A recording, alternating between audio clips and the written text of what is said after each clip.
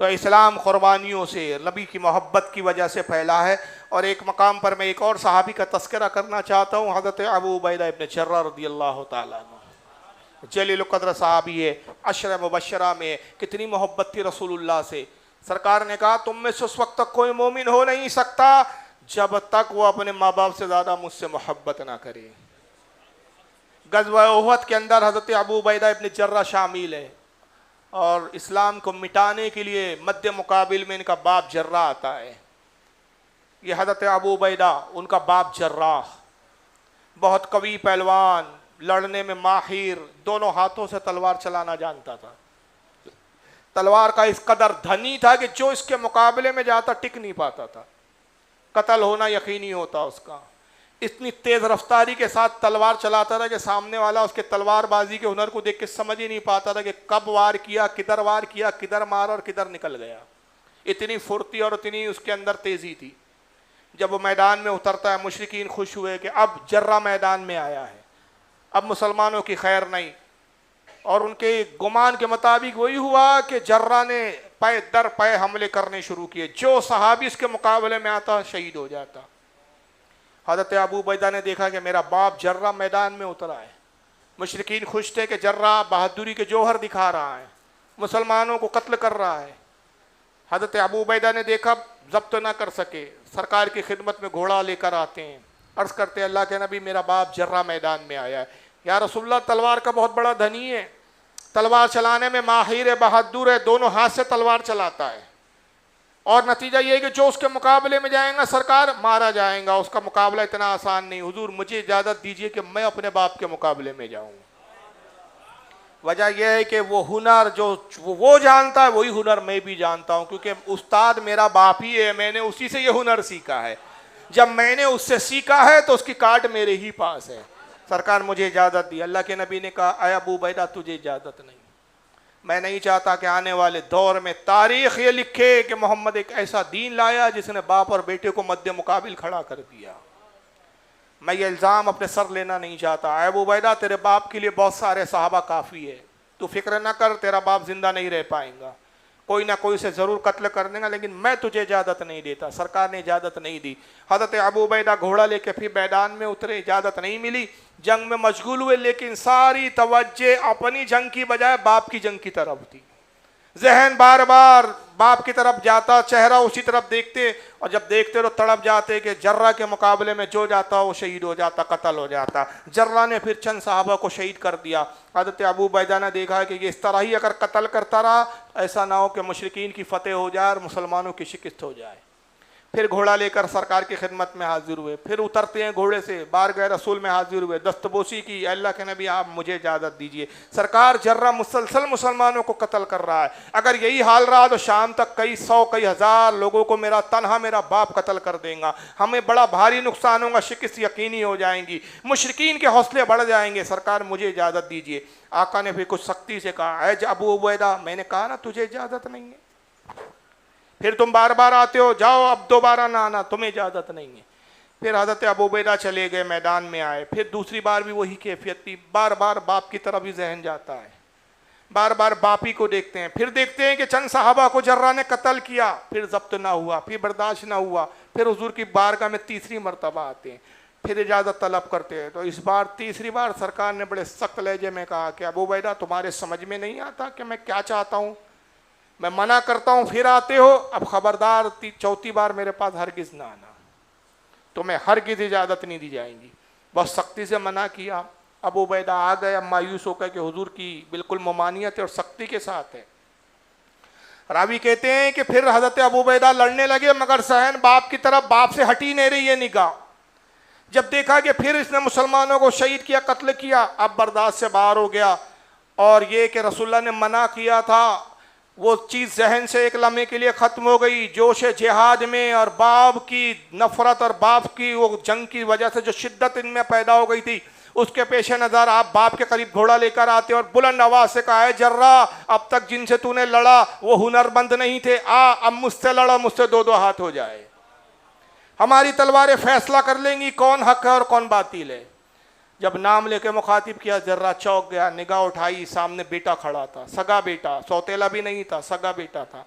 کہا ابو عبیدہ محمد کے دین نے تجھے اتنا جری اور بے باک کر دیا کہ آج تو باپ کا نام لینے لگا ہے، مجھے جرہ کہہ کر مخاطب کرتا ہے، تو نے مجھے باپ نہیں کہا، ابا نہیں کہا، کیا اتنا تو جری ہو گیا؟ کہا کیا جرہ سن، ہاں میں تیرا نام اس لیے لے رہا ہوں کہ کفر اور اسلام کا رشتہ کبھی قائم نہیں ہو سکتا، میں نے رسول سے محبت کا ایسا رشتہ قائم کر لیا ہے کہ اس رشتے کو میں قیامت تک برقرار رکھنے کے لیے ہر باطل رشتے کو کاٹنے کے لیے تیار ہوں۔ آج وہی رشتے محکم و مستحکم مانے جائیں گے جس کا رشتہ رسول کے رشتے سے جڑا ہوا ہے۔ محبت رسول کا جس کا رشتہ قائم ہے وہی رشتے محکم و مستحکم ہے، باقی کوئی رشتے ہمارے نزدیک اہمیت نہیں رکھتے۔ جرا بھی اپنے کفر پر جری اور بے باک تھا، اس نے کہا ابو عبیدہ اچھا ٹھیک ہے، اگر یہی نوبت آ گئی ہے کہ تو اپنا دین بچانے کے لیے باپ کے قتل سے گریز کرنے کے لیے تیار نہیں، تو مجھے بھی اپنے باطل دین سے اور دھرم سے محبت ہے، میں بھی اپنا دھن بچانے کے لیے بیٹے کی قربانی دینے کے لیے تیار ہوں، آؤ تیرا اور میرا مقابلہ ہوئی جائے۔ اب باپ بیٹے کا مقابلہ شروع ہوا، جیسے ہی باپ بیٹے دست و گریباں ہوئے، تلواریں ٹکرانے لگی، صحابہ کرام کی کیفیت یہ ہوئی کہ صحابہ نے اپنی تلواروں کو میان میں رکھ لیا، مشرکین نے اپنی تلواروں کو میان میں ڈال لیا، سب نے اپنی تلوار اور ہتھیار روک لیے۔ اب سب کی نگاہ کا مرکز باپ بیٹے کی جنگ تھی، سب اسی جنگ کا نظارہ کر رہے ہیں، کیونکہ کیفیت یہ تھی، سب جانتے ہیں کہ ابو عبیدہ جرہ یہ بھی بہادر ہے اور جرہ تو بہت بڑا بہادر ہے، مشرقین کی طاقت کا کل سرمایہ اور مرکزیت تھی اس کی۔ سب جانتے تھے کہ اگر جرہ فتح یاب ہو گیا اور ابو عبیدہ شہید ہو گئے تو مشرقین کی فتح جو ہے وہ یقینی ہے، اور اگر جرہ مارا گیا تو مشرقین کے قدم اکھڑ جائیں گے۔ اب ایک فیصلہ کن مرحلہ آ چکا ہے، جنگ یا تو ادھر ہے یا تو ادھر ہے، فتح اور شکست کا دار و مدار اب باپ بیٹے کی جنگ پر ہے۔ اب سب اسی جنگ کا نظارہ کر رہے ہیں اور دیکھنے والی نگاہ بڑے حیرت سے جنگ کو دیکھ رہی ہے۔ باپ بیٹے کی تلواریں ٹکراتی رہی، بجلیاں کونتی رہی، چنگاریاں تلواروں سے نکلتی رہی، اور پھر ابو عبیدہ نے نبی کا ایک نعرہ لیا، نعرے تکبیر بلند کیا، اللہ کی بڑائی بیان کی، اور اچھل کر باپ کے سر پر ایک ایسا وار کیا کہ باپ کے سر کو چکنا چور کیا اور اس کو قتل کر دیا۔ جرہ مارا گیا، بیٹا فتح یاب ہو گیا، باپ کو شکست ہو گئی۔ صحابہ اکرام نے جوش میں نعرے لگائے،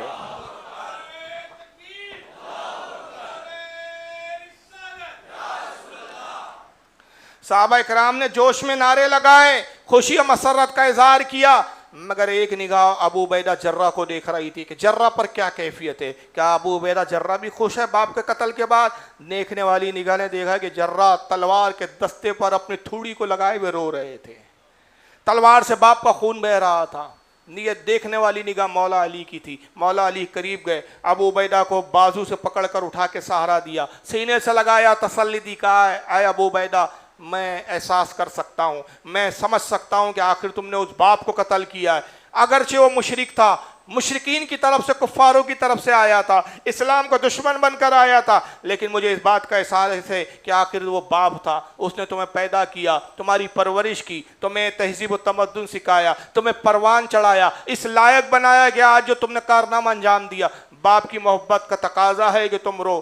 کہا کہ اے مالی قسم خدا کی آپ غلط سمجھے، میں اس لیے نہیں رو رہا ہوں کہ میں نے باپ کو مارا ہے، اس لیے افسردہ نہیں ہے کہ باپ میری تلوار سے قتل ہوا ہے، میں رو اس بات پہ لا رہا ہوں کہ میرا ایمان برباد ہو گیا، میں تباہ اور ہلاک ہو گیا۔ اللہ کے نبی نے منع کیا تھا باپ کے مقابلے میں نہ جانا، میں نے نبی کی نافرمانی کی ہے، میں نے سرکار کے حکم عدولی کی ہے، سرکار کے حکم کو پش پشت ڈالا ہے، میری آخرت تباہ ہو گئی، میرا ایمان برباد ہو گیا، اب میرا کوئی ٹھکانہ نہیں، قیامت کے دن رب تبارک و تعالیٰ اس بنیاد پر مجھے جہنم میں ڈالے گا کہ میں نے اس کے نبی کی نافرمانی کی ہے، اب میرا کوئی سہارا نہیں رہا، میں نبی کا نافرمان اور گناہگار ہوں۔ مولا علی نے تسلی دی، اے ابو عبیدہ غم نہ کرو، بارگاہ رسول میں جاؤ، سرکار کے قدم نازمین سے لپٹ جاؤ، رسول کے قدموں میں سر رکھ دو، معافی طلب کرو، یہ وہی بارگاہ ہے جس کی بارگاہ میں ہمیں رب پکار کے یہ کہتا ہے وَلَوْ أَنَّهُمْ إِذْ ظَلَمُوا أَنفُسَهُمْ جَاءُوكَ، اے لوگوں جب تم اپنی جانوں پہ ظلم کرو میرے محبوب کی بارگاہ میں آ جاؤ، میرا محبوب اگر تمہاری سفارش کرے لَوَاجَدُ اللَّهَ تَوَّابًا رَحِيمًا، اللہ کو توبہ قبول کرنے والا پاؤں گے۔ تو جاؤ رسول کی بارگاہ میں، سرکار کے قدموں میں جا کر اعتراف کر لو گناہوں کا، اقرار کر لو، معافی طلب کرو، آقا نے اپنے دستے مبارک کو اٹھا دیا، تمہارا بیڑا پار ہو جائے گا، گناہ درگزر کر دیے جائیں گے۔ جب مولا علی نے تسلی دی، حضرت ابو عبیدہ ابن جرہ کو تسلی ملی، آپ نے اپنا امامہ کھولا اور گلے میں لپیٹ لیا، یہ اہل عرب کی عادت تھی، یہ رواج تھا کہ جب کسی بڑے پاپی اور مجرم کو لایا جاتا تھا اس کے گلے میں امامہ لپیٹ دیا جاتا تھا۔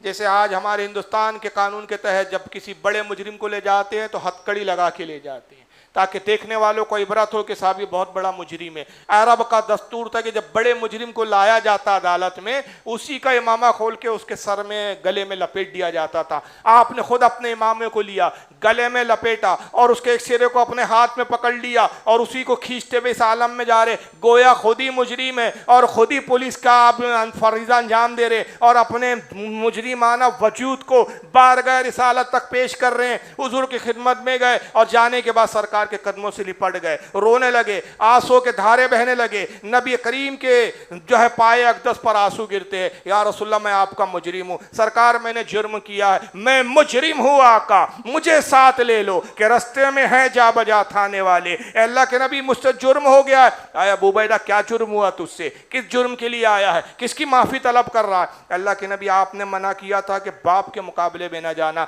سرکار میں باپ کے مقابلے میں گیا، میں نے جنگ بھی کیا اور جرہ کو قتل بھی کر دیا، میرا ایمان تباہ ہو گیا سرکار، میرا ایمان برباد ہو گیا، میرا اسلام ختم ہو گیا، میں تباہ و برباد ہو گیا، میں ہلاک ہو گیا اللہ کے نبی، میں مجرم ہوں سرکار، میں اپنے جرم کا اقرار کرتا ہوں، اپنی نافرمانیوں کا اقرار کرتا ہوں۔ سرکار نے مسکرایا، ان کے ہاتھوں اور بازو کو پکڑ کے اٹھایا، سینے سے لگایا، کہا ابو عبیدہ میری ممانعت ایک حکمت کے تحت تھی، باخدا اللہ اور اس کا رسول تم سے راضی ہے،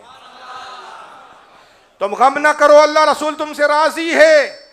میری تو ممانعت کی وجہ ایک حکمت کی بنیاد بھی تھی، یہ نہیں کہ میں اس قتل کو پسند نہیں کرتا تھا، جاؤ اللہ رسول تم سے راضی ہوئے اور تمہیں بشارت دیتے کہ تمہارے گناہوں کو درگزر کر دیا گیا ہے۔ جیسے ہی بشارت کا یہ فرمان بارگاہ رسالت سے جاری ہوا، ابو عبیدہ ابن جراح خوشی کے مارے اچھل کر گھوڑے پہ بیٹھے، اب بڑے جوش کے ساتھ میدان جہاد کی طرف گئے کہ اب میں مجرم نہیں ہوں، اب میں پاپی نہیں ہوں، میں بخشوا ہوں، نجات یافتہ ہوں۔ آقا ابو عبیدہ ابن جراح کی اس جرأت کو دیکھ کر، اس شہانہ انداز کو دیکھ کر مسکراتے اور صحابہ کو مخاطب کر کے کہتے، اے لوگوں دیکھا یہ ابو عبیدہ ہے جس نے میری محبت کی خاطر اپنے باپ کو بھی قتل کر دیا ہے۔ جس کو زمین پر چلتا پھرتا جنتی دیکھنا ہو وہ ابو عبیدہ ابن جراح کو دیکھ لیا کرے۔ اور بعد میں پھر عشرہ مبشرہ میں شامل ہوئے ہیں۔ یہ تو جنت کے حقدار اتنی آسانی سے نہیں ہوئے ہیں یہ لوگ، یہ محبت رسول کے تقاضے تھے انہوں نے جن چیزوں نے انہیں رسول اللہ سے اتنا قریب کر دیا ہے۔ اور اس معاملے میں صرف صحابہ ہی نہیں، ایک خاتون کا تو واقعہ میں بیان کر چکا جو اپنے بچے کو قربان کرنے کے لیے بارگاہ رسالت میں حاضر کرتی ہے۔ ایسی خواتین کے کتنے واقعات آپ کو تاریخ میں ملیں گی کہ جنہوں نے اپنے بیٹوں کو رسول اللہ کی بارگاہ میں، حضرت ام عمارہ کا ایک تاریخی کردار ہے جنہوں نے اپنے بیٹوں کو بھی اسلام کی خاطر قربان کیا، شوہر کو قربان کیا، اور جب بیٹے اور شوہر خود قربان ہو گئے خود تلوار لے کے میدان جہاد میں اتر پڑتی ہے اور اس کے بعد لڑتی ہے حضرت ام عمارہ، یہاں تک لڑتی رہی کہ اتنی زخمی ہوئی، اتنے تیر سینے میں پیوست ہو گئے کہ اب چلنا بھی دوبارہ ہو گیا، زمین پر گر پڑی۔ کچھ صحابہ گئے، ضعیف العمر بڑھیا تھی، ضعیفہ تھی، ضعف کے عالم میں اس نے جہاد کیا۔ جب لوگوں نے پوچھا ہے ام عمارہ تمہاری آخری خواہش؟ کہا صرف ایک خواہش ہے، میں چل نہیں سکتی، اٹھ نہیں سکتی، اے میرے بچوں مجھے اٹھاؤ اور رسول کے پاس لے جاؤ، میں اپنی آخری سانسیں محمد کے قدموں میں گزارنا چاہتی ہوں، میرا دم نکلے تو رسول اللہ کے قدموں میں نکلے۔ صحابہ کرام اٹھا کر لے کر پہنچتے ہیں اور حضور کے قدموں میں جب رکھ دیا اسی عالم میں ام عمارہ کا انتقال، عرض کرتی یا رسول اللہ آپ مجھ سے راضی ہے یا نہیں؟ سرکار کی آنکھوں میں آنسو تھے، کہا ام عمارہ میں بھی راضی ہوا اور اللہ بھی راضی ہو گیا، میں دیکھ رہا ہوں کہ تیرا شوہر جنت میں تیرے انتظار میں، جا اور جنت میں اپنے شوہر اور اپنے بیٹے سے ملاقات کر۔ آنکھیں بند ہوتی ہے اور روح پرواز ہوتی ہے۔ ایسی ایسی تاریخ کے واقعات ملتے ہیں کہ بچے قربان کیے خواتین نے، اپنی جانوں کو قربان کر دیے۔ حضرت ایک ام حرام کر کے ایک صحابی ہے، کس کے واقعات میں بتاؤں، ایک لمبا ہے اور ایک حضرت ایک بچے صحابی ہے، بہت سارے واقعات ہیں لیکن وقت کا اتنا تقاضا نہیں ہے، بس ایک خاتون کا میں ذکر کرتا ہوں۔ ابو سفیان کی بیٹی ہے ام حبیبہ رضی اللہ تعالیٰ عنہ، ام المومنین نبی کے نکاح میں ہے، امیر معاویہ کی بہن ہے۔ یہ مدینہ آ گئی رسول اللہ کے ساتھ ہجرت کر کے۔ ابو سفیان باپ کفر کی حالت میں، بیٹی ایمان لا چکی ہے، نبی کی زوجیت میں ام المومنین کے خطاب سے سرفراز ہوئی ہے۔ صلح حدیبیہ کے بعد جب معاہدہ ختم ہونے پر آیا، کچھ سال کا معاہدہ تھا، ابو سفیان نے چاہا کہ اس معاہدے کو بڑھا دیا جائے۔ وجہ یہ تھی کہ مسلمان مضبوط ہو گئے تھے، ابو سفیان کو اندیشہ تھا کہ اگر مسلمانوں نے مکے پہ حملہ کر دیا ہم مسلمانوں کا مقابلہ نہیں کر پائیں گے، لہٰذا بہتر ہے کہ اس معاہدے کو بڑھا دیا جائے۔ معاہدہ بڑھانے کی نیت سے ابو سفیان مدینے میں آتے ہیں۔ سرکار کسی ضروری کام سے مدینے سے باہر تشریف لے گئے ہوئے تھے، ابو سفیان کی ملاقات رسول اللہ سے نہیں ہوئی۔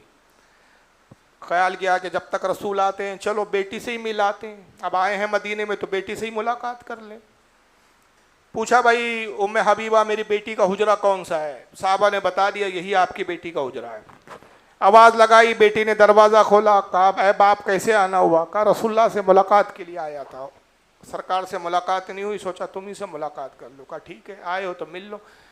حجرے میں داخل ہوئے، ایک جگہ بستر بچھا ہوا تھا رسول اللہ کا جس پہ سرکار آرام فرماتے تھے۔ ابو سفیان نے بیٹھنے کے لیے دیکھا کوئی جگہ نہیں ہے، وہی ایک بستر ہے، ایک کھٹیا تھی، کھاٹ پہ بستر تھا، بس اسی بستر پہ جیسے ابو سفیان بیٹھنا چاہتا تھا بیٹی ام حبیبہ نے بستر کو کھینچ لیا۔ سردار تھا ابو سفیان، کوئی معمولی شخص تو نہیں تھا۔ آپ تصور کرو ایک عزت دار آدمی ہو، آپ اپنے گھر پہ بلائیں، صوفے کی طرف اشارہ کریں اور جب وہ صوفے پہ بیٹھنے لگے تو آپ صوفہ ہی ہٹا دیں، وہ ٹکیں گا آدمی؟ کتنی بڑی بے عزتی محسوس کریں گا۔ وہی ہوا، ابو سفیان سردار تھا، غصے میں آیا، کہا بیٹی یہ کیا حرکت ہے؟ کیا تو یہ سمجھتی ہے کہ یہ بستر میرے لائق نہیں؟ کہا نہیں تو اس بستر کے لائق نہیں، یہ کسی معمولی ذات کا بستر نہیں، یہ رسول اللہ کا بستر اقدس ہے، اور میں گوارا نہیں کرتی کہ ایک ناپاک جسم مشرک اس کے اوپر بیٹھے۔ باپ اور بیٹی کے رشتے نہیں دیکھے گئے بھائی صاحب، یہ خواتین کا عالم تھا۔ حضرت معاذ کر کے ایک صحابی ہے، معاذ ہے غالباً، چھوٹے صحابی تھے، ان کے والد غزوہ بدر احد میں شہید ہو گئے، 8 سال کی عمر تھی حضرت معاذ کی۔ ایک معاذ وہ ہے جو دوسرے ہیں جنہوں نے بشری اعتبار سے گناہ سرزد ہو گیا تھا، سرکار نے، ہاں حضرت اعلیٰ، معاذ نہیں ہے معاف کرنا، اعلیٰ، حضرت اعلیٰ عین سے، یہ صحابی ہے، کم سن صحابی، 8 سال کی عمر تھی ان کی، والد کا انتقال ہو گیا صاحب، غزوہ احد میں شہید ہو گئے۔ جس وقت شہید ہوئے یہ کچھ 6-7 سال کے کچھ تھے، یعنی چھوٹے ہی تھے اس وقت۔ اپنی ماں سے ہمیشہ پوچھتے کہ ہمارے ابو کہاں ہیں؟ ماں کہتی بیٹا تمہارے والد شہید ہو گئے۔ بڑی نیک پارسا ایک لوتا بیٹے تھے حضرت اعلیٰ، یہاں تک کہ ایک مرتبہ عید کا دن تھا، دیکھا کہ سارے بچے اپنے باپ کے ساتھ، اپنے والدین کے ساتھ، والد کے ساتھ عیدگاہ جا رہے ہیں، میرا تو کوئی والد نہیں ہے، تنہا ہو، رونے لگے۔ مشہور واقعہ آپ نے سنا ہوگا، روتے ہوئے حضور کے حجرے کے پاس گئے اور باہر بیٹھ کے حضور کے حجرے اقدس کی دیوار سے ٹیک لگا کے رونے لگے۔ اس وقت سرکار کی بارگاہ میں حضرت علی موجود تھے۔ کالی دیکھو ایک بچے کے رونے کی آواز آ رہی ہے، یہ کون بچہ ہے جو رو رہا ہے؟ حضرت مولا علی باہر آئے، دیکھا 6 سال کا ایک ننھا سا بچہ بیٹھا ہے، 6 سال کا۔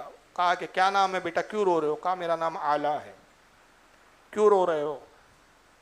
کہا میں اپنا درد اور اپنا شکوہ رسول اللہ سے بیان کروں گا۔ کہا اچھا آؤ میں رسول تک تمہیں پہنچاتا ہوں۔ مولا علی نے گود میں اٹھایا، سرکار کی خدمت میں لایا، حضور یہ بچہ ہے رو رہا ہے۔ سرکار نے محبت کی، پیار کیا، بوسہ دیا رخسار کو۔ کہا کیا نام ہے بیٹے تمہارے؟ حضور میرا نام اعلیٰ ہے۔ کس کے بیٹے ہو؟ فلاں ابن فلاں کا بیٹا ہوں۔ کیوں رو رہے ہو؟ سرکار میرے والد احد میں شہید ہو گئے، میری والدہ ہے، میرا کوئی نہیں۔ آج میں نے عیدگاہ میں سب کو جاتے ہوئے دیکھا، میرے بھی والد ہوتے وہ بھی مجھے عیدگاہ لے جاتے، مجھے آج اپنے والد کی بڑی یاد آئی۔ سرکار نے کہا تم پسند نہیں کرتے کہ میں تمہارے باپ کی جگہ رہوں؟ عائشہ تمہاری ماں کی جگہ رہے، فاطمہ تمہاری بہن ہو، علی تمہارے بھائی ہو۔ کہا یا رسول اللہ ایسے رشتہ دار تو قسمت والوں کو ملتے ہیں، میں راضی ہو گیا۔ سرکار نے کہا اعلیٰ تمہاری باتیں بڑی اچھی لگی، اس کم سنی میں اتنی اچھی باتیں کرتے ہو، کتنا اچھا ہو کہ تم ہم سے ملاقات کے لیے آتے رہو۔ اعلیٰ چلے گئے، اکثر ملاقات کے لیے آتے حضور کے حجرے پہ، سرکار بڑی محبت سے پیش آتے، ایسی ہی محبت کرتے جیسے اولاد سے محبت کی جاتی ہے۔ ایک جنگ کا موقع آیا، غالباً غزوہ خیبر تھی یا خندقی تھی۔ سرکار کے منادی نے جب اعلان کیا کہ اپنے اسلام کو، اپنے آپ کو پیش کرو اسلام کی خاطر، جوان آئے، بوڑھے آئے، جو اعلان میں سنا چکا، اعلیٰ اپنی والدہ کے پاس آتے، امی جان مجھے اجازت دیجیے۔ 8 سال کی عمر تھی اس وقت. کہا بیٹا تم تو بڑے کم سن ہو, تمہیں کیسے اجازت دے سکتی ہوں؟ کہا امی جان آپ میری کم سینی پہ نہ جائیے, آپ یہ بھی تو دیکھیے میرے والد کون تھے, بہادر تھے, میں انہی کا بیٹا ہوں. آپ میری کم سین کو نہ جانیے. چھوٹی سی ننھی سی ایک تلوار تھی جس سے وہ مشق کیا کرتے تھے, اس تلوار کو لہرا کے اعلیٰ کہتے امی جان اس تلوار کو معمولی نہ سمجھیے, یہ بہت خوب خون چوسنا جانتی ہے دشمنوں کا, مجھے اجازت دیجیے. کہا بیٹا تجھے میں اجازت نہیں دے سکتی. کہا امی آپ کو اجازت دینی ہوگی. ضد بڑی, ماں نے ڈانٹا. کا خبردار اعلیٰ, بس میں نے کہہ دیا نا خاموش ہو جاؤ, تمہیں اجازت نہیں دی جائیں گی. سختی سے ڈانٹا, خاموش کرا دیا. ادب جانتے تھے کہ ماں کی نافرمانی نہیں کی جا سکتی, ماں کی اجازت کے بغیر جہاد پہ جانا جائز نہیں. حالا رونے لگے, کبھی کمرے میں بیٹھے سوچ رہے کیا کیا جائے. ایک تدبیر دماغ میں آتی ہے, یہ ہے محمد صلی اللہ علیہ وسلم کے دیوانے کیسے جان دینے کے لیے بے چین رہتے تھے. ارے یہ تو چھوڑو یار, وہ روایت پڑھی تھی تو میں ہل گیا تھا بھائی. سرکار نے جب حج فرمایا, ایک ہی حج تاریخ کا, اللہ کے نبی نے قربانی کے لیے مینڈوں اور بھیڑوں کو بلایا, کالی مینڈے لاؤ. اور راوی حدیث کرتے ہیں کہ جب سرکار نے ذبح کرنا شروع کیا, ہر جانور دوسرے جانور کو سنگ مار کے آگے آتا تھا.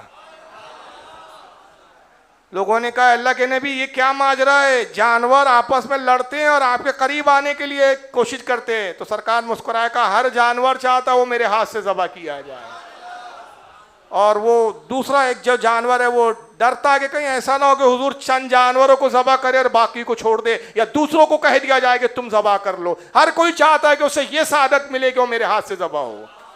امام طحاوی نے اس کو معنی الاثار میں حدیث لکھا, انداز لگا یہ جانور بھی نبی پر اپنی جان دینے کے لیے بے چین رہا کرتے تھے, ورنہ ہمارے جانور کو کھینچ کے لے جانا پڑتا ہے, اڑ جاتا ہے بھائی صاحب, وہ اس کو چارہ دکھانا پڑتا ہے, چل چل کھینچ کے لے جاتا, تو اس کے بھی سمجھ میں آ جاتا ہے کہ آج میری خیر نہیں ہے. تو سرکار پھر جب جانور جانثاری کرے تو انسان ہے, اشرف المخلوقات ہے. یہاں جان دینے کے لیے رویا جا رہا ہے, ضد کی جا رہی ہے, جان بچانے کے لیے نہیں. ہم جان بچانے کے بہانے ڈھونڈتے, وہ جان دینے کے بہانے ڈھونڈا کرتے تھے. رونے لگے. اچانک ایک تدبیر آئی حضرت اعلیٰ کے ذہن میں, دوڑتے ہوئے گئے حضرت عمر کی ابو بکر کی خدمت میں. کہا ابو بکر آپ رسول اللہ کے رفیق غار ہے, میری ماں نے جہاد پہ جانے سے انکار کر دیا, میں چاہتا ہوں آپ چلیے میری والدہ کو سمجھائیے, وہ آپ کی بات نہیں ٹالیں گی. ابو بکر نے کہا بیٹا ٹھیک تو کہتی ہے تمہاری ماں, تمہاری عمر ہے کتنی, کتنے سال کے ہو تم؟ بڑا سینہ پھلا کے کہا 8 سال کا ہوں. کہا بیٹا بہت کم عمر ہے, مجھے لگتا ہے کہ رسول اللہ بھی تمہیں اجازت نہیں دیں گے. کہا حضور سے اجازت لینا وہ میرا کام ہے, آپ تو ماں سے اجازت دلوا دیجئے. کہا اچھا چلو تم ضد کرتے ہیں تو میں بات کرتا ہوں. آئے, دروازے کے باہر سے آواز دی, اے ام اعلیٰ تم پر سلامتی ہو, میں ابو بکر. آپ پر بھی سلامتی ہو اے رسول اللہ کے جانثار. کیسے زحمت فرمائی, میں اعلیٰ کے لیے جہاد پہ لے جانے کے لیے اجازت طلب کرنے آیا ہوں. اندر سے اعلیٰ کی والدہ کی آواز آتی ہے, اللہ کے واسطے مجھ پہ رحم کیجیے ابو بکر, آپ اتنے ضعیف العمر, میں معمر صحابی ہے, آپ نہیں سمجھتے کہ میرا ایک لوتا بیٹا ہے 8 سال کا ہے, آپ جانتے جنگ کا انجام کیا ہوگا, 8 سال کا بچہ بھی کوئی مقابلہ کرتا ہے, سوائے شہید اور قتل ہونے کے کیا کر سکتا ہے. لہٰذا آپ مجھ پہ رحم کریں, میں بیوہ تو ہوں کہ آپ ایک بچے کی ماں بھی رہنا نہیں دینا چاہتے آپ. جب یہ جملے کہے تو ابو بکر لرز گئے, واپس آئے, کہا بیٹا اعلیٰ تم نے سن لیا تمہاری ماں کے کیا الفاظ ہے, اب اس سے زیادہ میں ہمت نہیں کر سکتا, بیٹا اب تم صبر ہی کرو. یہ کہہ کے چلے گئے, لیکن اعلیٰ مطمئن نہیں ہوئے, پھر دماغ دوڑایا اب کیا کروں. حضرت عمر کے پاس پہنچے, حضرت عمر سے کہتے ہیں کہ اے عمر ابن خطاب, اے رسول اللہ کے جانثار صحابی, میری والدہ سے میری لیے اجازت طلب کیجیے. حضرت عمر نے بھی وہی سب کہا, تم چھوٹے ہو لیکن ضد کی. کہا اچھا چلو تم ضد کرتے ہو, میں چلتا ہوں. ام اعلیٰ کے پاس آئے, آواز لگائی السلام علیکم اے ام اعلیٰ, میں عمر ابن خطاب رسول اللہ کا صحابی, آپ پر بھی رحمت ہو. کیسے زحمت فرمائی, میں اعلیٰ کو لینے آیا ہوں. کہا اچھا آپ خود آئے ہیں یا اعلیٰ لے کر آئے ہیں؟ کہا وہ چھوڑیے آپ اجازت دے دیجئے. کہا کیسے اجازت دے دوں, للہ مجھ بیوہ پر رحم کیجئے, یہ بچہ جائیں گا تو آپ کو لگتا ہے کہ یہ جنگ میں فاتح ہوں گا, سوائے شہادت کے اور کیا مقدر اس کا ہو سکتا ہے. اس چھوٹے سے بچے پر دشمن کس طرح حاوی ہوں گا آپ خود سمجھ سکتے ہیں. آپ اتنے سمجھدار ہو کہ ایسی جرأت کیے کہ آپ میرے بچے کے لیے اجازت طلب کرنے آ گئے. آپ نے خود سوچنا چاہیے تھا. جب یہ جملے کہتا حضرت عمر بھی شرمندہ ہو گئے, کہا اعلیٰ آپ کی والدہ صحیح کہتی ہے، واپس آ گئے۔ اعلیٰ نے دیکھ لیا اب کام بننے والا نہیں، ابو بکر سے نہیں مانی امی جان، عمر سے نہیں مانی، ایک ہی ذات ہے جو ماں کو منوا سکتی ہے اور وہ ہے رسول اللہ کی ذات، پہلے سرکار کو ہی منانا پڑے گا۔ ایک ہیلا تراشا، سرکار کے حجرے کے باہر گئے اور پھر وہی انداز اختیار کیا جو 6 سال کی عمر میں انداز کیا، حجرے کے باہر بیٹھ کے رو رہے ہیں اور جان بوجھ کے آوازیں نکال کے روتے تھے۔ راوی کہتے ہیں کہ جان بوجھ کے اتنی آوازوں سے رو رہے تھے کہ تاکہ حجرے رسول تک آواز جائے۔ سرکار جنگ کے حالات پر صحابہ کو لے کر گفتگو کر رہے تھے، مولا علی ساتھ میں موجود تھے۔ پھر سرکار نے کہا علی سن رہے ہو یہ رونے کی آواز آ رہی ہے، کوئی بچہ معلوم ہوتا ہے جو رو رہا ہے؟ کہاں یا رسول اللہ؟ کہا دیکھو یہ کون بچہ ہے؟ باہر آئے حضور یہ اعلیٰ ہے۔ کہا کیا بات ہے، یہ ہمیشہ حجرے پر آ کے روتا ہی رہتا ہے، لے آؤ اندر۔ لائے۔ اے اعلیٰ آپ کیوں رو رہے ہو؟ اے اللہ کے نبی میں جہاد پر جانا چاہتا ہوں، ماں جو ہے انکار کرتی ہے۔ سرکار نے کہا صحیح تو کہتی ہے تمہاری والدہ۔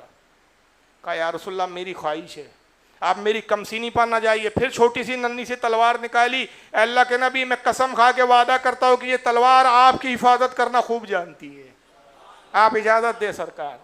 حضور نے سمجھایا لیکن اعلیٰ بہت چالاک تھے، سرکار کے قدموں میں گر گئے، قدموں سے لپٹ گئے۔ اے اللہ کے نبی میں ان قدموں کو اس وقت تک نہیں چھوڑوں گا جب تک آپ مجھے جہاد پر لے جانے کے لیے راضی نہ ہو جائے، میں ان قدموں میں جان دے دوں گا، چھوڑوں گا نہیں۔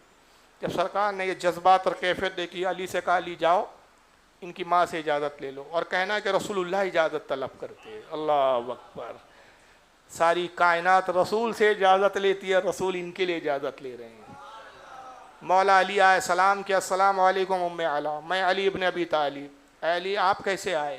اللہ کے لیے اجازت کے لیے آئے۔ واللہ کیا یہ مجھ پہ ظلم ہے کہ پہلے ابو بکر آتے ہیں پھر عمر آتے ہیں، اب آپ چلے آئے داماد رسول؟ کہا میں نہیں آیا ہوں، رسول کی طرف سے بھیجا گیا ہے۔ کہا رسول اللہ نے بھیجا، حضور کیا چاہتے ہیں؟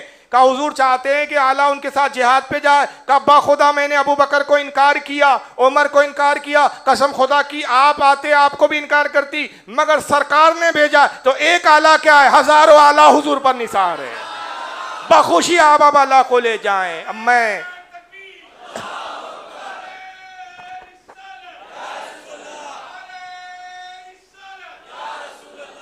جب سرکار ہی نے حکم دیا ہے تو پھر مجال نہیں ہے۔